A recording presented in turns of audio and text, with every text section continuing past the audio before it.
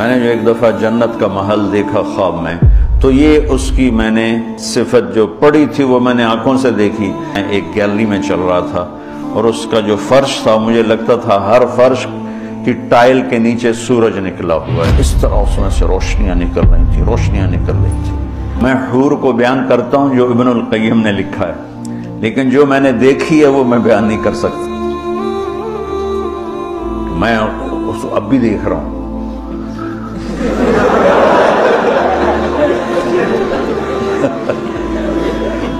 میرے رب کی قسم میں کیسے بتاؤں کہ وہ کیا حسن، کیسے بتاؤں؟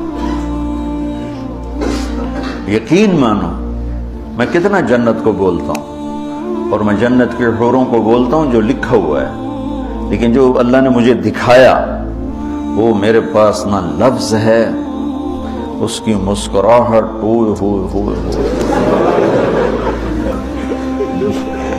اگر وہ دنیا میں ہوتی تو میں تو ویسے مری فوت ہی ہو جاتا۔ اس لیے میرے نبی کا فرمان ہے کہ لولا ان اللہ قضا لأہل الجنت الا یموت لمات من حسنها وجمالها، اللہ نے جنت کی لڑکی کو ایسا حسن و جمال دیا ہے، اگر موت مرنا گئی ہوتی تو اس کو دیکھ کے آنکھیں برداشت نہ کرتی، کلیجے پھٹ جاتے، مر جاتی۔